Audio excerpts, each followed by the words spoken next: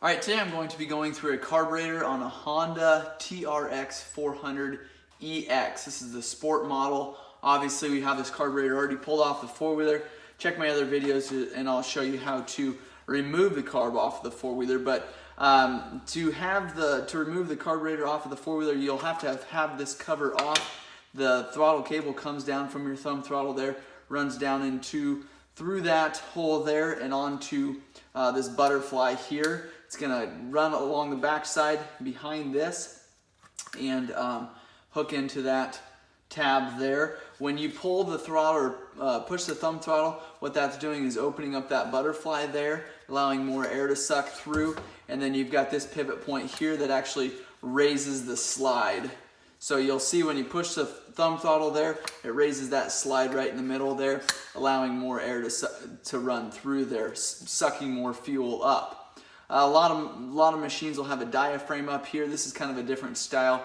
This is used better throttle response and a little bit quicker punch when you hit that throttle. So we're going to pull the bottom bowl off of this gasket, and to do that I like to set the carburetor on in there and then grab a Phillips screwdriver. Make sure you've got a good tip on the screwdriver, as you can really damage these screws quickly if you're using the wrong side. So pull these 4 screws off the bottom here.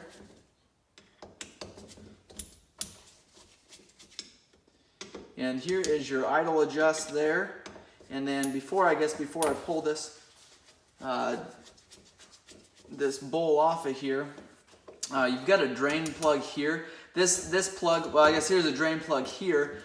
If you pull this or loosen this flat screw here, you're going to have fuel that's going to run out this bottom nipple here. If you want to get in and just change your main jet, pull this cap there. You can clean out some debris just by pulling this cap here and kind of blowing through that cap. That's a 17 millimeter, and I'll pull that just so you can see what that looks like underneath of there. But to get a good clean, you want to do more than just pull this cap here.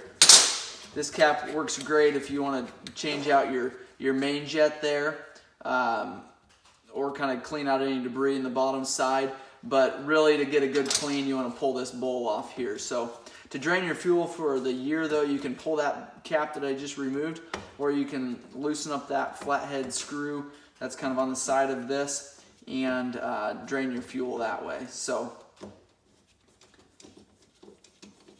our last one here, and then we'll go ahead and pull this. Our idle screw is sort of in the way there. I think we can wiggle around there. And there is our bottom bowl is off there.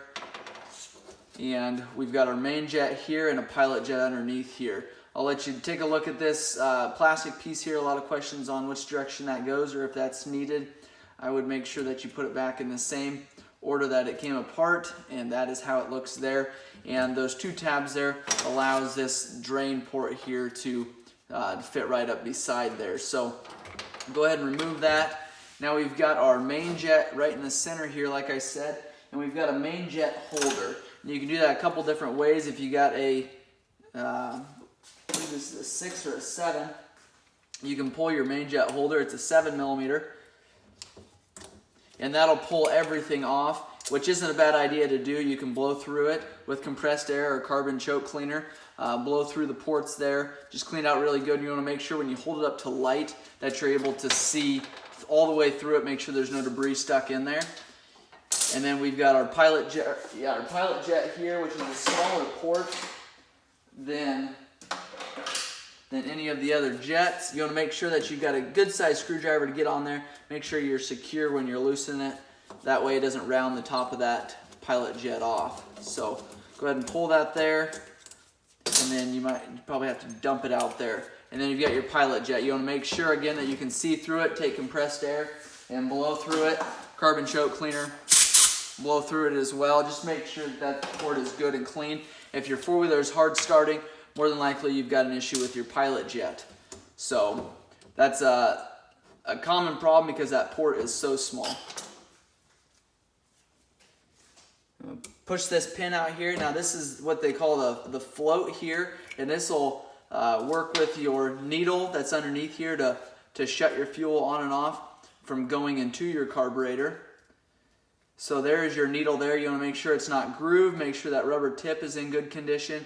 Make sure it's not squared out here. A lot of times from going up and down, your seat here will become square and it'll continue to leak. This model doesn't have the adjustable float, so if it starts leaking, replace your needle. If it continues leaking, replace your carburetor. That's just how it goes on this one, unfortunately. There's no adjustment that you can have there, and this seat can't be replaceable. So blow through all these ports. Your fuel coming in from your fuel tank comes in here to this brass fitting here, so you can take compressed air and Carb&Choke cleaner, blow through here, and that'll actually blow any debris out this seat here.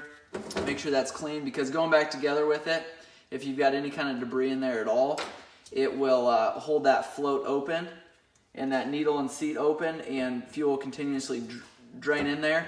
And then in turn, that fuel level will rise, and it'll come out this tab here, dump out the bottom nipple of your bowl there. So then you want to make sure that that's in good condition,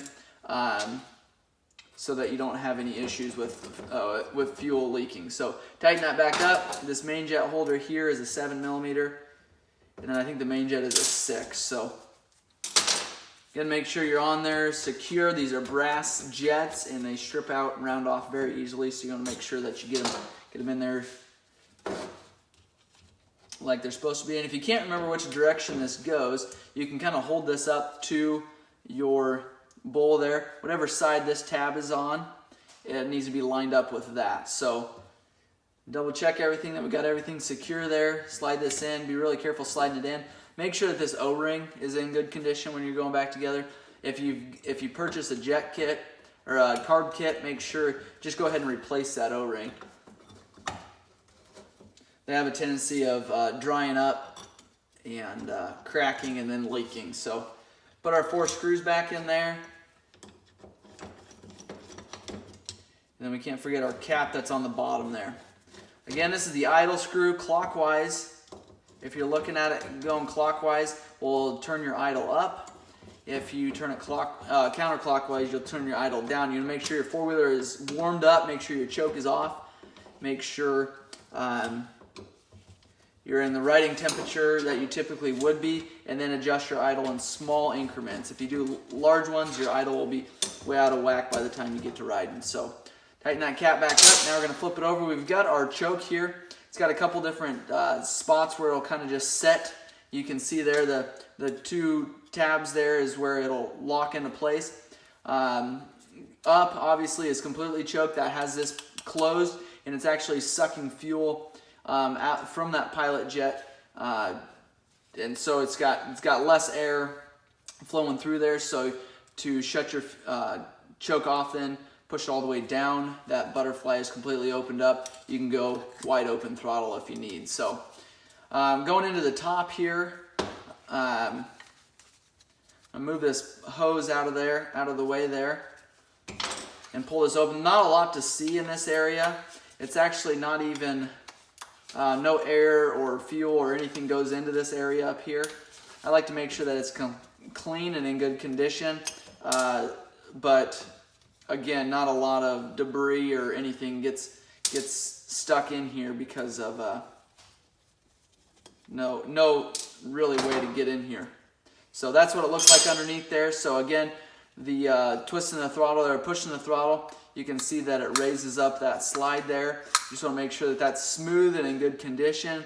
To remove that, you got to get down in there with 2 Phillips screwdrivers, or you can pull this. Some people, if your throttle's sticking, some people will have to pull this post out here, and to do that, you've got a Phillips screw right here, and then that pushes out that way, but you got to take a clip off here as well. So not a real common problem on these. Again, because there's no way to get into this area for debris. If this O-ring is good and seated properly, you shouldn't have any issues up here.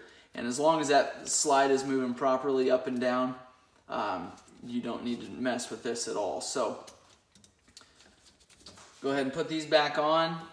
Again, watch my videos on removing this carburetor, and I've got a couple other videos on the 400ex model. If you've got questions or comments, make sure you leave those below. If you found this video helpful, please subscribe and like this video. Please share it. if possible. So thanks for watching.